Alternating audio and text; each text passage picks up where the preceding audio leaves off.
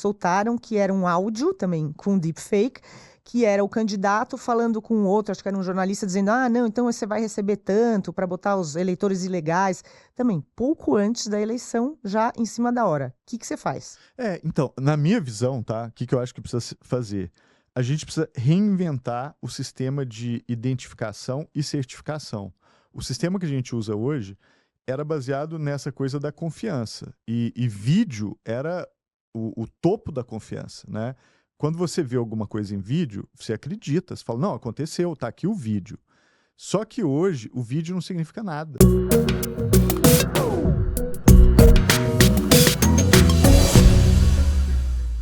Esse aqui é o podcast Neural, da Folha de São Paulo. Eu sou a Patrícia Campos Melo. E eu sou o Ronaldo Lemos. E aí, Ronaldo, como é que foi o final de semana?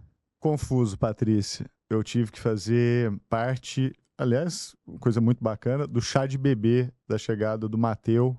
Recebemos ali um chá de fraldas. É a primeira vez, né, que eu participo dessa experiência. Pai de primeira viagem? Pai de primeira viagem, então tem sempre aquela complexidade, né? Meus pais aqui, os pais da Xanda também, madrasta, irmãos e coisas que são complexas, né? Mas foi maravilhoso.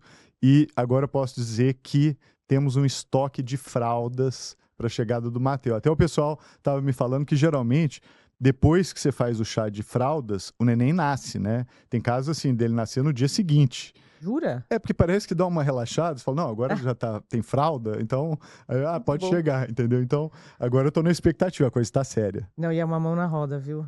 Fralda. Não, e eu vi a quantidade que gasta, um negócio inacreditável. Inclusive, a gente está tentando dividir entre as descartáveis e as fraldas que hoje são chamadas de ecológicas. Fralda ecológica é a fralda de pano que você tem que lavar. Tem que lavar, isso que eu ia falar. É super, super cool e super ambientalmente correto, mas dá um trabalho que precisa lavar tudo. Exatamente. Bom, muito legal. E no meio dessa epopeia das fraldas, você ainda teve tempo de estudar um pouquinho aqui para o nosso podcast. A gente vai falar hoje sobre o Plano Brasileiro de Inteligência Artificial. Vamos falar sobre golpes com deepfakes, como é que a gente se protege, como é que a gente detecta isso. Terrível. Terrível. E vamos falar também sobre a queda do tráfego digital para os sites de notícias. Vamos começar. O Plano Brasileiro de Inteligência Artificial, a versão final foi lançada semana passada, tem um monte de coisa interessante, tem várias diretrizes, foca em direitos, fala de 23 bilhões em verbas ali para várias coisas, um supercomputador. Mas queria que você destrinchasse um pouquinho para a gente, Ronaldo. Então, Patrícia, achei super interessante. Eu sou um fã do Plano Brasileiro de Inteligência Artificial, né? Só lembrando, esse plano é feito pelo governo federal. Quem coordenou foi o Ministério da Ciência, Tecnologia e Inovação, MCTI. E, como você falou, ele tinha já uma versão publicada há alguns meses e semana passada publicaram ali o documento, que é o documento final. Muito interessante. Inclusive, plano para funcionar tem que falar de onde veio o dinheiro, né? E o plano faz isso. Fala, né? Então, ele coloca lá em cada item, em cada ponto de ação, o valor e fala de onde vai vir, né? De orçamento de qual ministério e assim por diante. Claro que, para acreditar, eu espero sempre estar no orçamento anual, né? Ali marcado direitinho, com autorização de execução, mas já é muito legal ter a destinação financeira. E o plano, ele é ambicioso, ele pega várias áreas, ele pega, por exemplo, a área de saúde, ele quer revolucionar o SUS com IA. Então, fazer chatbot de atendimento no SUS, uso de IA para diagnóstico, inclusive, para acompanhamento de saúde das famílias. Ele tem programas de capacitação em educação e outras verticais. Fala muito de uma coisa que é um tema nosso aqui do Neural, né, pessoal? Obrigado pela atenção, que é data center com energia renovável, que é olhar a questão energética também do data center e usar isso, né, que o Brasil tem uma capacidade muito grande de geração de energia renovável e com isso a gente pode atrair data center por causa dessa questão. E fala também do apoio, né, da IA aplicada à indústria e outras coisas. E uma das coisas ambiciosas é a compra de um supercomputador, o que é muito bom. Eu acho que o Brasil já tem, né, o computador Santos Dumont, que é muito importante, e ter outro eu acho excelente. Única coisa que eu acho que é interessante é que supercomputador não necessariamente tem a ver com inteligência artificial, né? Ele pode ser usado para IA, mas é a IA mais antiga, né? A IA antes dos modelos de linguagem, porque os modelos atuais, eles são treinados com data centers, aquelas fazendas de servidores e não com um supercomputador.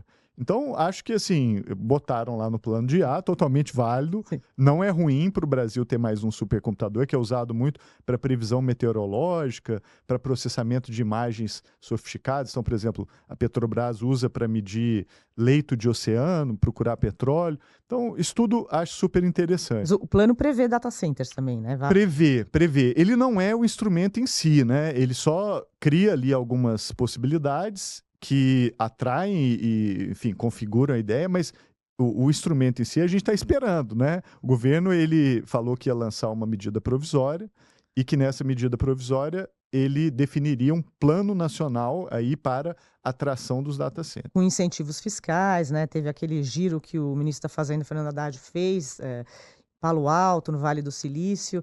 Agora, complicado, né? Não sei como é que ele vai fazer esse anúncio e não consegue nem fechar as contas, arcabouço fiscal. Não sei como é que fica um incentivo fiscal neste momento. Você estava falando de IA no SUS.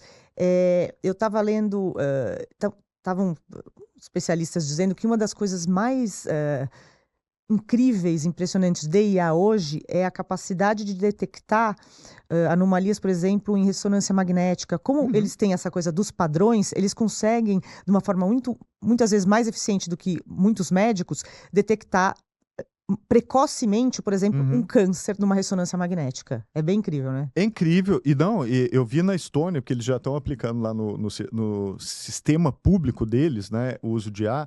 Você faz diagnóstico hoje pela voz. Às vezes, pela voz, você sabe se a pessoa está com pneumonia. Nossa. Porque o jeito que você fala muda, né? E aí, seguindo determinados padrões, fala, ó, isso aqui, a pessoa está com pneumonia e é grave. Mas para esse tipo de processamento de imagem, né, radiologia e ressonância é espetacular. Assim, esse uso de IA é incrível. O plano tem um outro ponto que eu acho que vale a pena a gente pensar também, que é assim, como é que ele se relaciona com a regulação de IA da lei, né? Então, de um lado você tem o executivo puxando o plano de IA, do outro lado você tem o Congresso, com uma articulação também do executivo, puxando a lei de IA, o PL 2338. Uma das coisas que é uma questão, né, para a gente pensar até juntos, é que tem, na minha visão, um conflito em algumas coisas, né? Então, por exemplo, usar IA para o SUS, que é super legal. Tem uma questão que, pela lei PL 2338, isso é uma aplicação de IA de alto risco, que leva, inclusive, aquele trabalho todo que a gente sabe, antes de lançar, você tem que fazer relatórios, tem que lidar com uma burocracia ali que não é barata, é uma burocracia complicada. Então, estava fazendo uma análise preliminar, né, do plano com a lei, e, pelo que eu entendi, cerca de 90% das ações do plano são enquadradas em categorias de médio ou alto risco da lei. E aí eu fico com medo, naquela discussão que a gente já teve, né, que IA a gente pode pensar como se fosse um carro, tem freio e tem motor. E o plano é um motor bacana, de 23 bilhões de reais, mas a lei pode funcionar como um mega freio para implementação do plano, né? O que a gente faz, Patrícia? Mas eu não acho que a lei é freio, né? A gente tem essa divergência. Eu acho que regulação bem feita é bom para inovação. Engraçado que o plano, ele cita o PL, né? 2338, ele se refere ao PL. Pouquinho, mas cita. Mas cita. Tem um E, inclusive, algumas lá, coisas, por exemplo, de centro de transparência algorítmica, algumas coisas que vão no espírito da lei.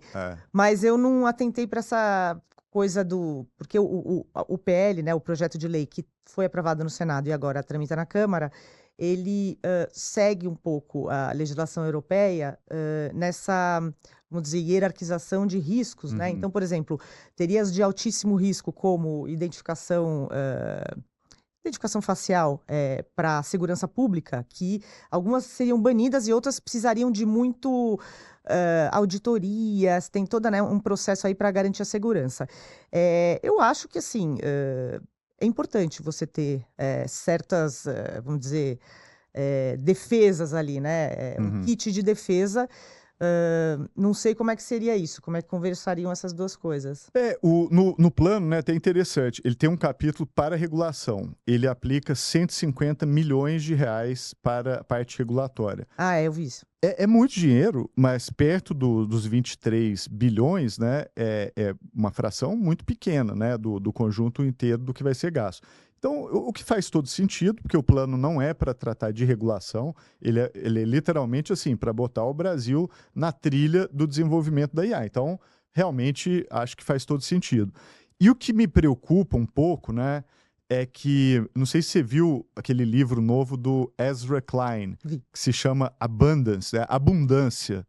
Até tem um subtítulo interessante, que é A Nova Esquerda e os Desafios do Progresso, né? Alguma coisa assim. Eu sei que eu estou falando alguma coisa errada, mas a ideia basicamente é essa. O Ezra Klein, né, a gente pode explicar, é um jornalista que agora ele tem um podcast, tem uma coluna no New York Times, e ele escreveu o livro com um jornalista da revista The Atlantic, que é o Derek Thompson. Derek Thompson, eu acho. Isso. Se tiver errado, vocês põem no comentário aí, tá, pessoal? Corrija aí no comentário pra gente. Xinga a gente no comentário. Xinga a gente, por favor. Mas eu gosto muito dele, né? Inclusive, acho que o podcast dele é fantástico. E a argumentação dele tem tudo a ver com o que a gente está falando aqui, né? Porque o que ele está dizendo é assim, que inovar e construir nos Estados Unidos ficou tão caro e tão difícil por causa da regulação que os Estados Unidos estariam ficando não só para trás com relação a outros países, mas que teria criado um problema paradoxal para a própria esquerda, né? Porque as pessoas demandam cada vez mais coisas do Estado, então as pessoas querem serviço público melhor, querem transporte público melhor, mas na hora de tentar fazer, o Estado não consegue, porque ele tem que lidar com 1 milhão de travas regulatórias, né? E ele até dá o exemplo dos trens de alta velocidade na Califórnia. Todo mundo fala, pô, a China é cheio de trem de alta velocidade, por que a Califórnia não tem um trem assim? E tentaram construir e fizeram um investimento absurdo. Só que aí entra regulação ambiental, regulação de zoneamento, questão de desapropriação de terra, mapeamento de não sei o quê, o que, na visão dele, do livro, inviabilizou o projeto, né? Então, ele dá vários exemplos assim, fala da questão daquela vacina... É mais ambiental e infraestrutura, né, que ele fala. Mas outras também, por exemplo, ele dá esse caso da vacina de mRNA, né, que é do RNA mensageiro, que era uma pesquisadora, a Kathleen Kalokó, né, esqueci o nome dela também. Pessoal, botem no comentário aí, corrija a gente, tá? E ela tentava pesquisar RNA mensageiro por décadas. E ela pedia dinheiro para o Instituto de Pesquisa dos Estados Unidos e eles falavam, não, a gente não vai financiar isso porque isso é fora da caixa, isso é especulativo, isso tem um risco muito alto. Então eles davam uma freada nela, né? E aí quando veio a Covid, mRNA salvou a fabricação das vacinas. E é uma tecnologia hoje fundamental para combater o câncer e doenças que são autoimunes e coisas assim. Então, é muito interessante porque o argumento dele pega bem nessa coisa. Ele não é uma pessoa de direita, né? A direita americana defende isso muito, aquele Mark Andreessen, né? Tem o mesmo argumento. Que é o Horowitz.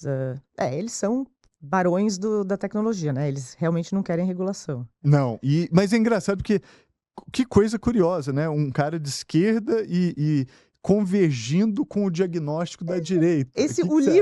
O livro tá sofrendo algumas críticas aí. Tem uma coisa importante que eu acho que, de fato, nos Estados Unidos tem um excesso de regulação para algumas coisas e outras não tem regulação nenhuma. Verdade. Então, por exemplo, tem uma frase, eu nunca imaginei que eu ia citar essa pessoa, mas o Steve Bannon deu uma entrevista para o Financial Times recente e ele falou assim que como é que chama? Um lugar de manicure em Washington, D.C., tem mais regra para funcionar do que todas as grandes empresas de IA. Então, é isso. De um lado você tem, mas tem que ser a tinta sem não sei o quê, e aí não sei o quê. E não sai do papel o trem super rápido, obra de infraestrutura, etc. Por outro lado, você tem uma infinidade de coisas que não tem nenhuma regulação e são totalmente... Por exemplo, vou te falar outra coisa, não existe licença maternidade nos Estados Unidos. Depende da empresa querer dar ou não. Então, se você... E nem paternidade. E nem paternidade. Me interessa muito atualmente. Nem paternidade, menos ainda. Então, assim, se a empresa resolver dar só uma semana para você, beleza, só uma semana. Então, acho que eu não... E eu vi umas críticas nesse sentido, de não generalizar. Eu acho que, de fato, você tem um excesso de regulação em alguns pontos, mas outros... É um oposto de que, assim, é totalmente lei do mais forte, sem nenhum tipo de regulação. Mas esse assunto que é super complexo, a gente pode ficar falando horas aqui, mas a gente vai chamar um intervalo e a gente volta já já.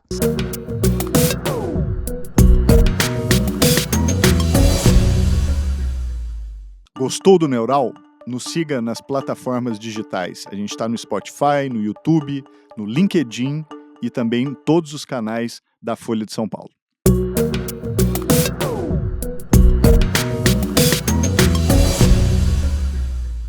Estamos de volta, Ronaldo. Falar de uma coisa que aflige muita gente. Essa sofisticação dos golpes com deepfake. Deepfake, como todo mundo já sabe, né, virou uma coisa domínio público, que são aquelas falsificações ou... Como é que eu descreveria o uso muito sofisticado da inteligência artificial para fazer falsificação de pessoa, de documento, qualquer coisa. E estão rolando vários golpes com isso agora, é isso? Muito golpe. Aliás, te perguntando, você conhece alguém que já caiu em golpe, assim? Não Ninguém? Ninguém. Caramba. De deepfake, não. Eu conheço de cheapfake. São umas coisas bem toscas, mas sim. Mas, por exemplo, golpe de WhatsApp... Sim, conheço. Mas golpe de WhatsApp...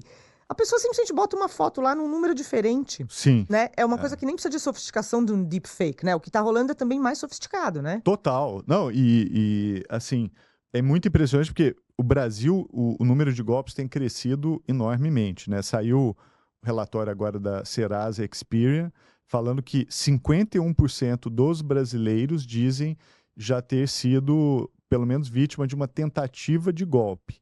E metade dessa galera teve algum prejuízo financeiro por causa dos golpes, né? Então, tem essa epidemia acontecendo.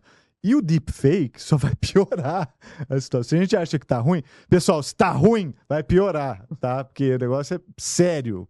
E o que tá acontecendo? Por exemplo, esses dias eu recebi no meu WhatsApp exatamente o que você falou, um cara que pegou a conta...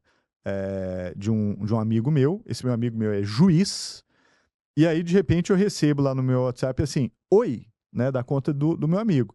Quando um juiz te diz oi, você fala, opa, vou prestar atenção, o que está acontecendo? Oi, fulano, respondi. E logo na sequência, ele falou assim, você pode me mandar uma transferência de Pix? Eu estou numa situação aqui que eu estou precisando de um Pix. Obviamente, na hora eu tinha sacado, né, que a conta... tinha sido clonada ou qualquer coisa do tipo. E aí eu respondi para ele assim, claro, você pode me mandar um áudio para confirmar o seu pedido?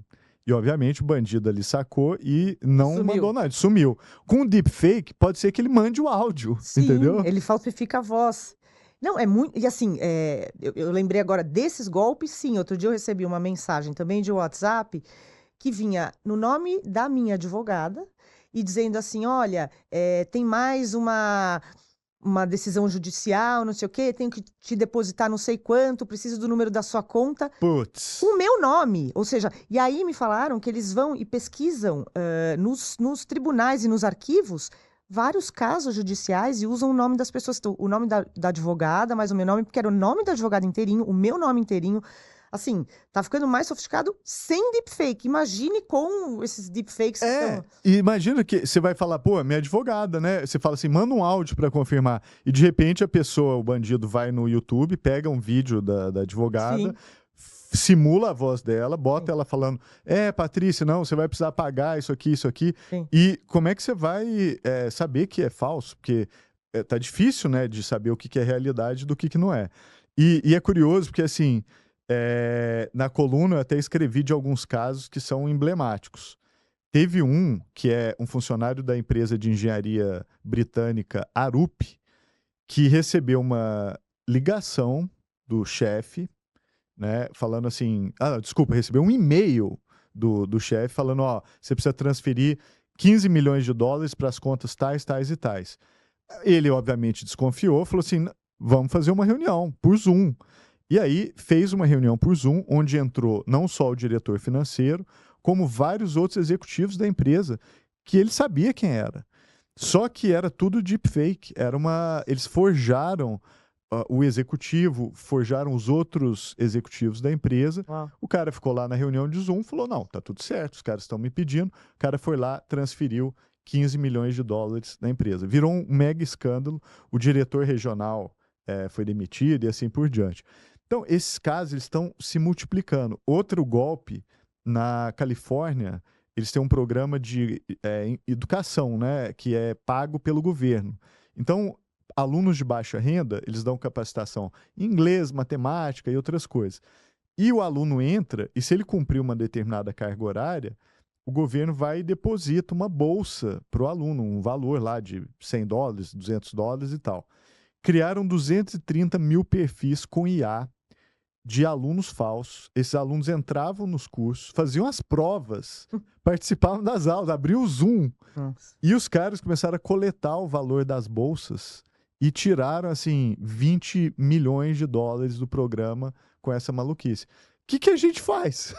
Gente, não, é uma. E quando tem um efeito, por exemplo, político eleitoral, que também a gente acabou de ver na eleição para a Prefeitura de Buenos Aires, que fizeram um deepfake muito bem feito do Maurício Macri, o ex-presidente, declarando apoio no candidato apoiado pelo Javier Milei.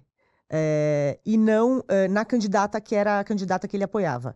Então, fez esse vídeo, né, apoiando o Adorni, assim, poucas horas ou pouco mais de um dia antes da eleição. Assim, o que você faz com isso? O dano, às vezes, está feito. Porque aí a pessoa já vai votar, assim, o que adianta um direito de resposta para um negócio? Como é que você vai atingir as mesmas pessoas? E o Milei falou, não, vocês estão subestimando, as pessoas sabem que é fake. Não, era completamente real e não é uma piada. Não era uma piada, era feito como uma coisa muito real. E obviamente que ele falou assim, não vão por isso censurar, tem que deixar, não sei o que lá. Mas é um desafio mesmo, né? Como lidar com essa tecnologia que está cada vez melhor. Em política, você já reparou que esses ataques são sempre na véspera da eleição? Geralmente a eleição é no domingo e eles soltam isso na sexta. Porque aí o dano, ele é inevitável, né? O que você vai fazer? De sexta para domingo, o negócio espalha, viraliza, e aí a galera vai votar e já era. Teve uma outra eleição na Eslováquia, acho que faz 2 anos também. Aí soltaram que era um áudio também com deepfake, que era o candidato falando com o outro, acho que era um jornalista dizendo, não, então você vai receber tanto para botar os eleitores ilegais. Também, pouco antes da eleição, já em cima da hora. O que você faz? Então, na minha visão, tá? O que eu acho que precisa fazer? A gente precisa reinventar o sistema de identificação e certificação. O sistema que a gente usa hoje era baseado nessa coisa da confiança. E vídeo era o topo da confiança, né? Quando você vê alguma coisa em vídeo, você acredita, você fala, não, aconteceu, tá aqui o vídeo. Só que hoje o vídeo não significa nada. O vídeo ele pode ser forjado como a foto é forjada, o texto é forjado. Então a gente perdeu talvez o elemento mais central de confiança que a gente tinha até agora. O que fazer, então, nessa situação? Eu acho que a gente vai ter que ter uma certificação do que a gente chama de realidade. Até o Eduardo Saron, que é presidente do Itaú Cultural, né? Ele tem falado muito nesse negócio chamado direito à realidade. E até o Eduardo e a Aninha, que também é lá da Fundação Itaú Cultural, sempre acompanham o Neural. Então, beijo e abraço aí para vocês. Mas esse negócio do direito à realidade, quando você tem um direito, você precisa ter deveres, né? Não existe direito sem ter deveres. Então, na minha visão, a gente precisa reinventar o sistema de certificação, a começar pela identificação das pessoas. Porque o sistema brasileiro, por exemplo, já era, né? Eu gosto de repetir isso. A gente vive um momento em que a nossa identificação no Brasil, ela faliu.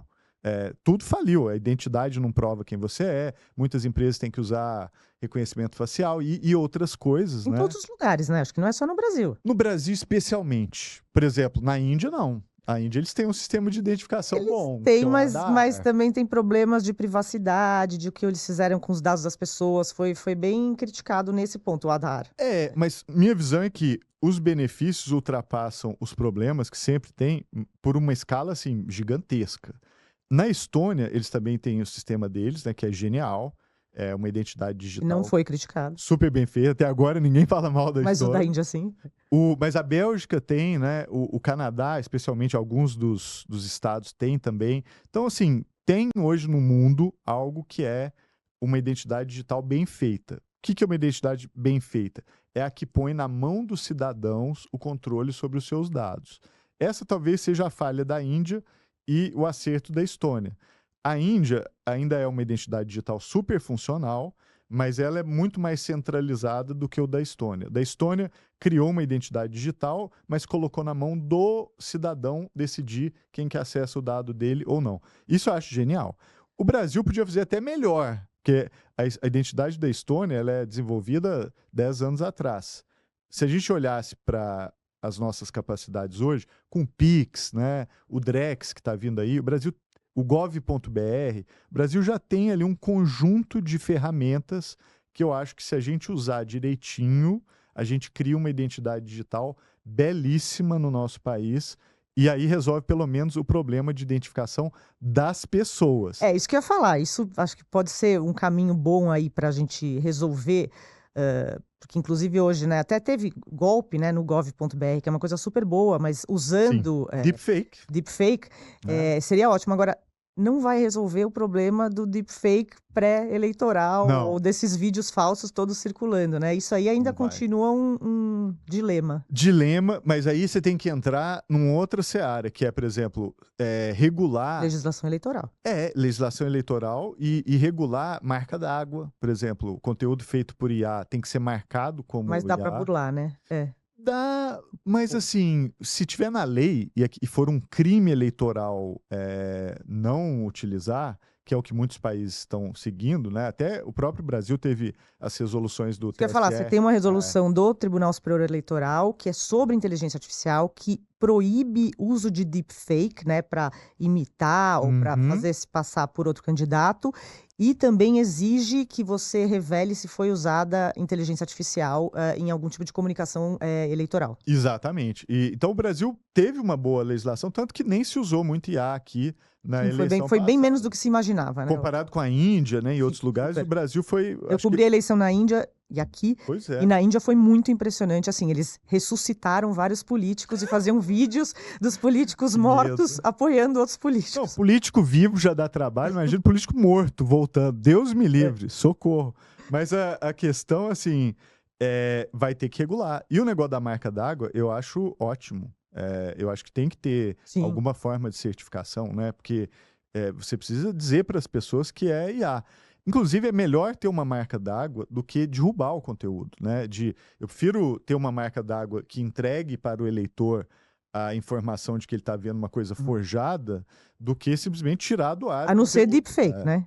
Ah, não. Então, mas a deepfake, se ela revelar que ela é fake, não, né? Mas aí não. Aí melhor, né? Mas, gente, então... pessoal, isso aqui é forjado. Não, aí mas... você bota lá. Daí alguém vai lá e corta, isso aqui é forjado. Não, então isso não pode. Aí isso tem que ser crime. Tipo assim, esse vídeo do Macri, que não era o Macri, você deixa circular? Esse vídeo tem inúmeros problemas, porque tá usando a imagem, né, de uma pessoa que às vezes nem deu autorização. Certamente. A família não deu autorização. Então, assim, ali são múltiplas camadas. Agora, se o cara criar a figura de um marciano invadindo a Terra, bom, tudo bem. dizendo que vai votar no Donald Trump... Desde que pode. Tudo bem, entendeu?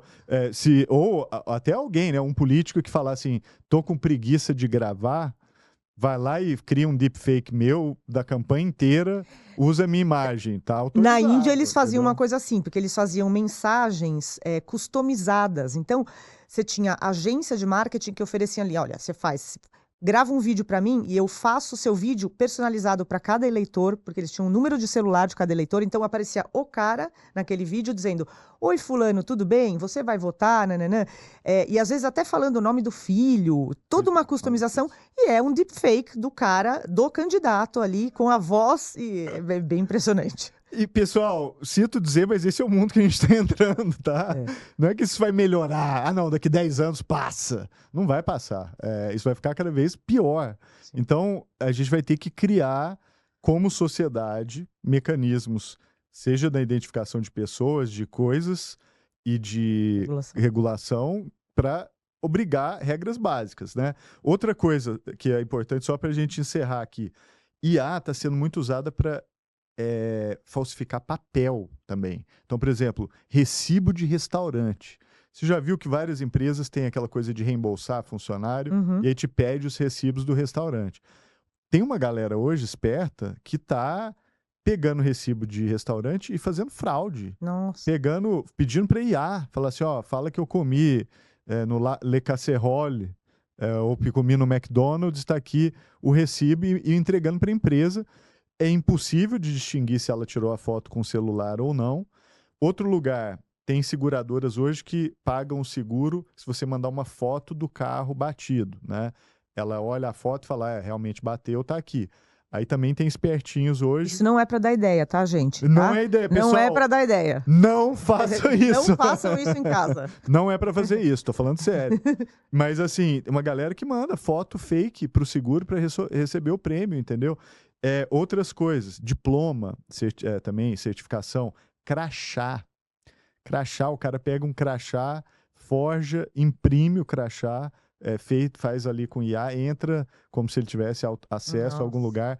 Bilhete de avião, né? Ticket de embarque, né? Bilhete de embarque falsificado ali. Igualzinho. Falsificado igualzinho.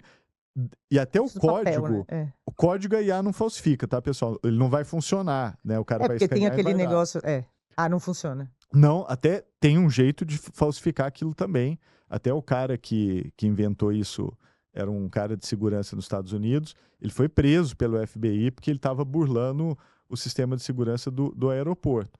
Você consegue achar o algoritmo e fazer a catraca girar ali para você entrar dentro do aeroporto.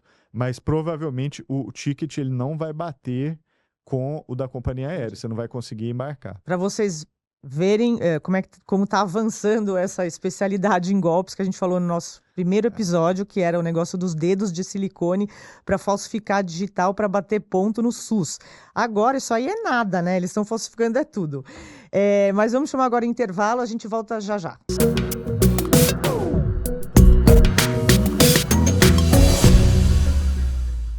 Gostou do Neural? Nos siga nas plataformas digitais. A gente está no Spotify, no YouTube, no LinkedIn e também em todos os canais da Folha de São Paulo.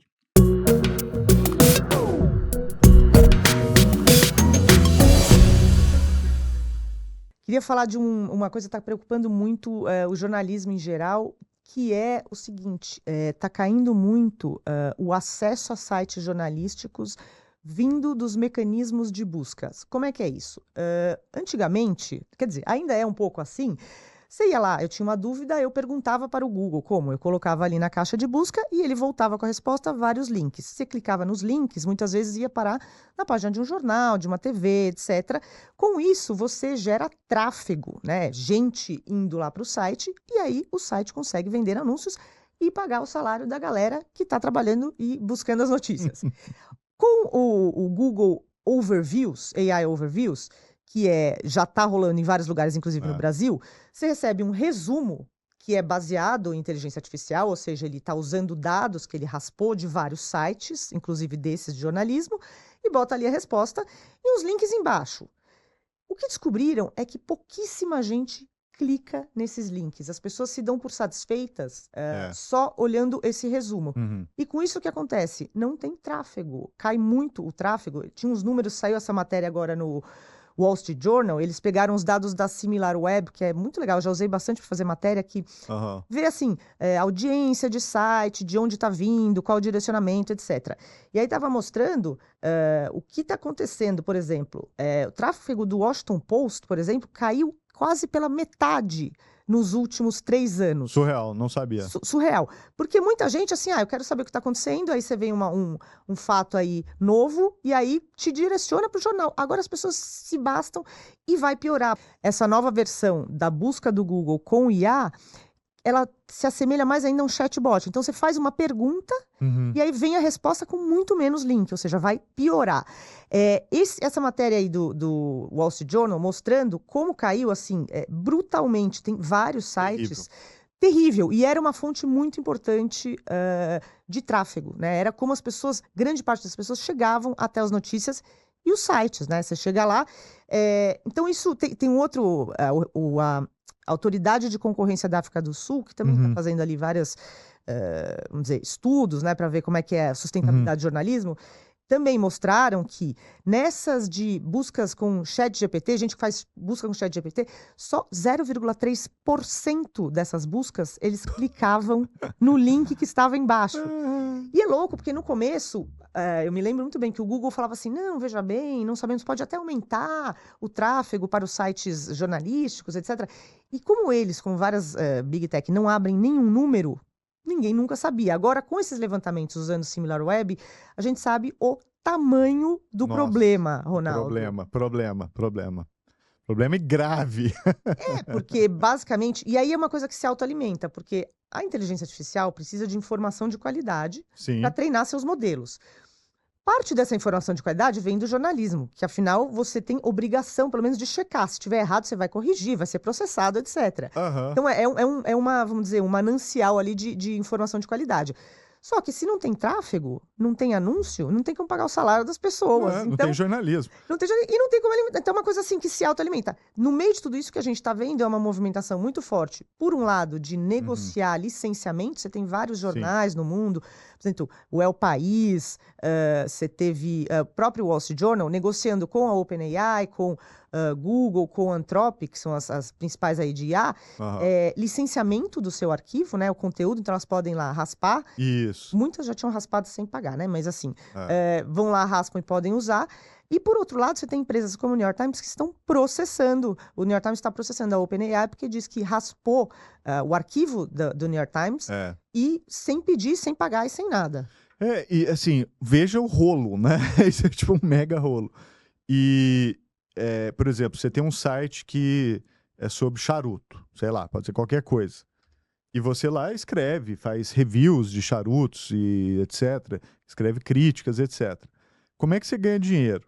Alguém vai lá no Google, procura um nome de um charuto que você fez a crítica e o Google fala, tá aqui o link desse cara, clica, a pessoa vai lá no site, passa ali alguns minutos, lê o seu artigo, é exposta eventualmente a alguma propaganda ali, o cara se monetiza dessa forma, né?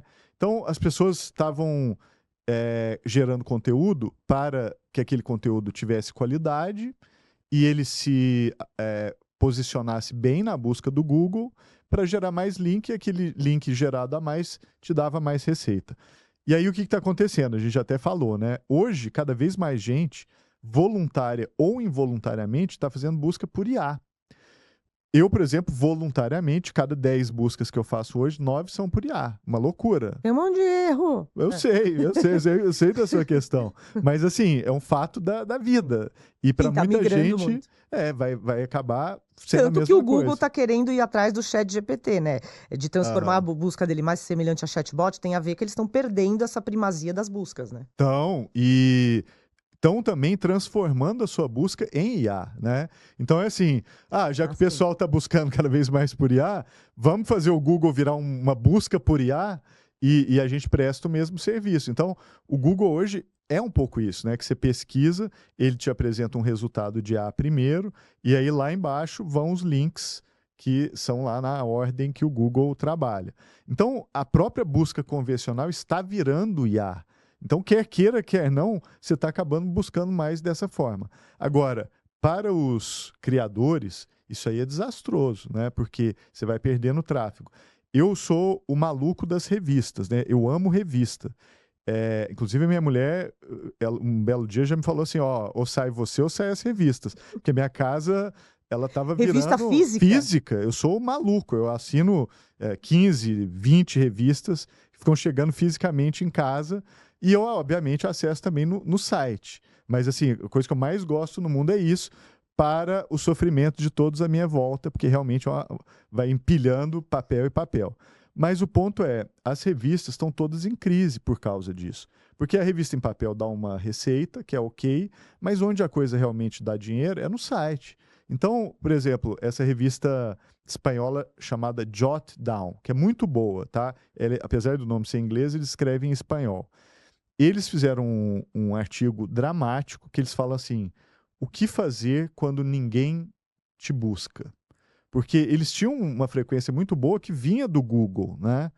E aí, eles relataram que de janeiro de 2025 até agora, caiu 35% os acessos que vinham do Google e em outras métricas lá está indo para o buraco. Então eles já estão se preparando para um mundo onde não vai vir mais gente ver o site da revista por causa disso. E aí eu achei até legal, Patrícia, que eles fizeram um negócio que é assim, como é que a gente resolve esse problema?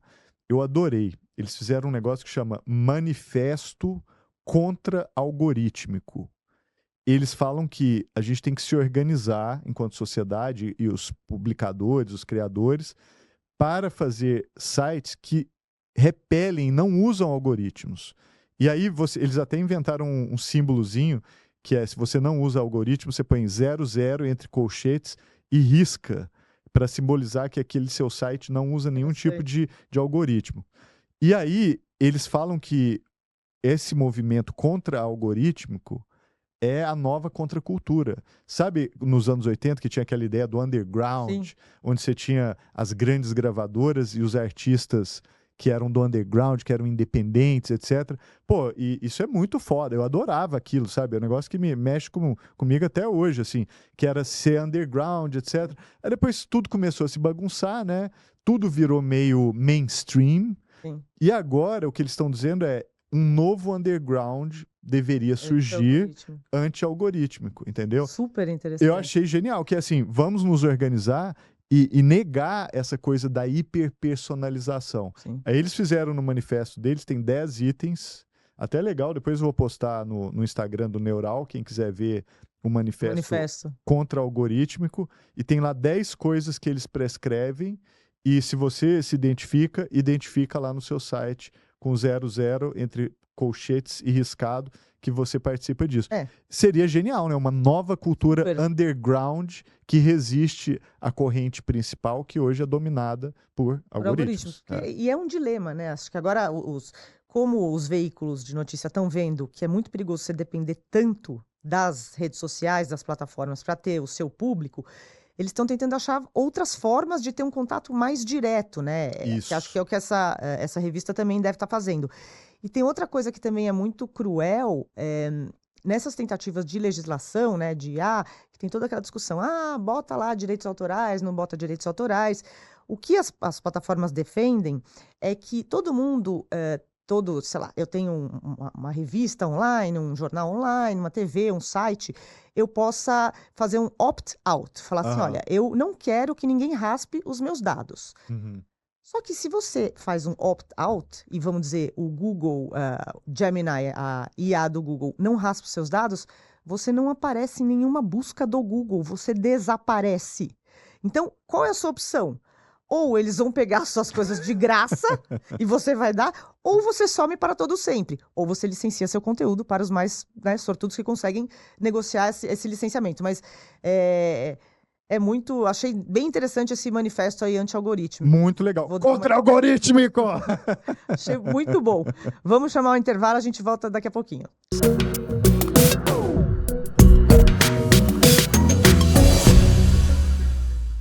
Gostou do Neural? Nos siga nas plataformas digitais. A gente está no Spotify, no YouTube, no LinkedIn e também em todos os canais da Folha de São Paulo.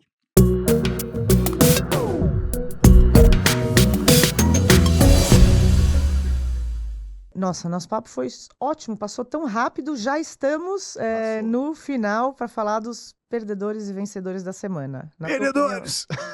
Na tua opinião, Ronaldo, quem perdeu, quem venceu? A gente está em guerra, né? Conflito agora Israel-Irã, pegando fogo. A gente é muita gente, né?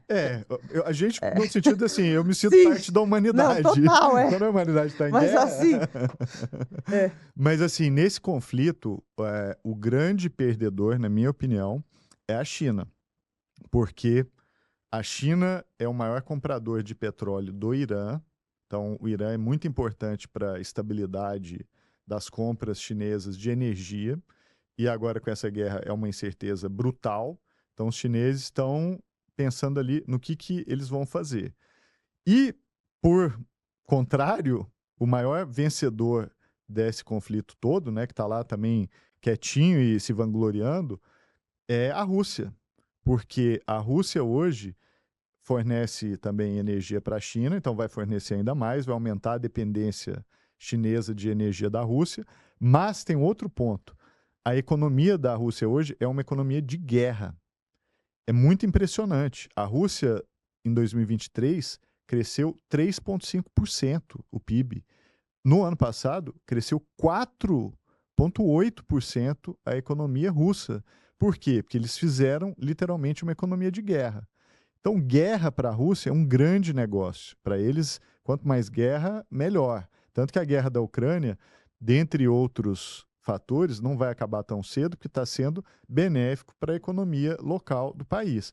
E é muito doido, Patrícia, porque eles criaram vários mecanismos de política econômica para manter a economia aquecida. Então, por exemplo, todo soldado russo que morre na guerra, as famílias recebem $80 mil, que é um jeito deles fazerem como se fosse uma bolsa soldado, que é humanitariamente louvável, né? Porque ampara a família num momento de tragédia brutal, mas eles estão usando isso também para botar lenha na fogueira da será que economia. os presos e os norte-coreanos que eles usam de bucha de canhão também ganham $80 mil?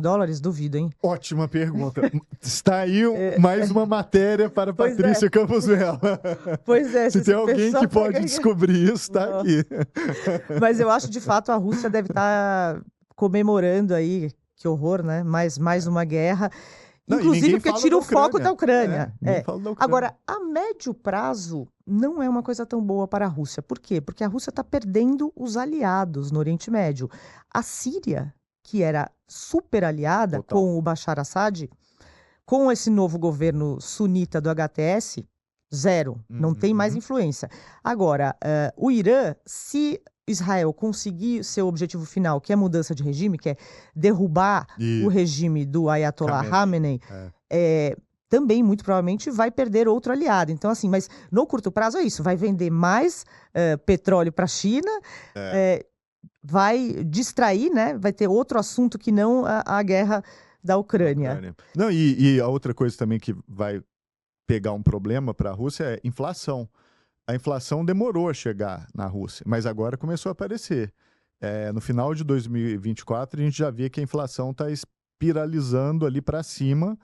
Isso aí é problemático também, porque aí a inflação você pune, pega né? no bolso de todo mundo. Mas eles criaram um negócio tão engendrado, sabe, em que a guerra é benéfica para um grande segmento da sociedade, que para eles saírem disso vai ser difícil, tá?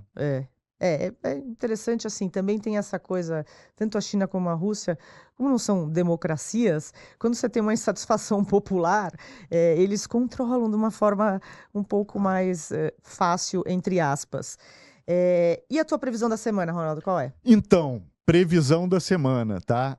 Olha que curioso. 2025 será o primeiro ano em que o dinheiro de publicidade que vai para criadores independentes, né, influenciadores e outros, vai ser maior do que o dinheiro de publicidade que vai para os criadores profissionais, que estão ligados a uma mídia, né, profissional e assim por diante. E os números vêm do relatório da WPP, que é um conglomerado, né, de publicidade, etc. E é muito impressionante. Esse ano a receita vai chegar para os influenciadores $185 bilhões Uau. versus 162 milhões do que eles chamam também de mídia tradicional. Isso representa um crescimento de 20%, enquanto a mídia tradicional basicamente cresceu 0,2%. Então ela está estável. E a previsão deles é que até 2030 esse número dobra. Então o influenciador vai ser receita publicitária de 365 bilhões em 2030 para um crescimento que vai também se permanecer estável para a mídia tradicional. Então, é muito curioso isso, porque o jogo começa a se inverter, né? Como nós estamos fazendo um podcast, nós já somos parte das novas mídias, para onde o dinheiro está fluindo. Mas não influenciadores. Eu, obviamente, vou problematizar aqui, porque eu sou chata. Sim. Por exemplo, eu acho que são coisas... Uma coisa é abacate, outra coisa é laranja. Você tem um influenciador que vamos dizer, recebe um anúncio, é patrocinado por uma marca de sabonete, ele não vai falar real sobre o sabonete, ele vai falar bem do sabonete, claro, mesmo às vezes você não sabendo que ele foi pago pelo sabonete. Em contrapartida, um veículo jornalístico pode veicular o anúncio do sabonete e fazer uma matéria de denúncia que o sabonete está dando alergia na galera. Então, assim, não são substitutos perfeitos. Não, de jeito nenhum. Aliás, que bom que você falou isso, porque isso é totalmente verdade. Gente, influenciador é um caos, né? A gente sabe, é uma loucura. Os caras falam qualquer coisa, é só ver o que está acontecendo com Bet no Brasil. Ou eu tenho um caso dramático, né, na minha cidade, que era Araguari, uma menina morreu por causa de notícia errada e de bullying que foi feito com ela. Então, assim... Tem toda uma questão, por exemplo, vários países regulando... A França tem lei, né, para responsabilizar influenciador que, sei lá, vende produto fraudulento. E sinceramente, tá aí uma lei que eu defendo. Essa é uma regulação que eu concordo. Assim, se você fala para 50 milhões de pessoas, você tem que ter algum tipo de responsabilidade. E não dá para você... Porque senão é uma concorrência assimétrica, né? Porque você tem a mídia tradicional cheia de regulações. Sim. E um influenciador que às vezes é muito maior que a mídia tradicional, que é um pouco o que está acontecendo a partir de agora, e que tem responsabilidade zero. Então, esse assunto é uma ótima discussão, mas do ponto de vista econômico, veja só como o negócio está se invertendo. Mas por isso que o Neural é tão importante, né? Porque podcast é uma coisa que está bombando, é muito impressionante o crescimento dos podcasts em tudo quanto é lugar. Então, pessoal, Neural! Neural! Super obrigada a todo mundo que acompanhou a gente. Lembrando, o podcast Neural toda quarta-feira, todas as plataformas de áudio e vídeo. Ronaldo, os créditos. Neural é o podcast da Folha de São Paulo, dirigido por Ana Penteado, com apoio da Almap.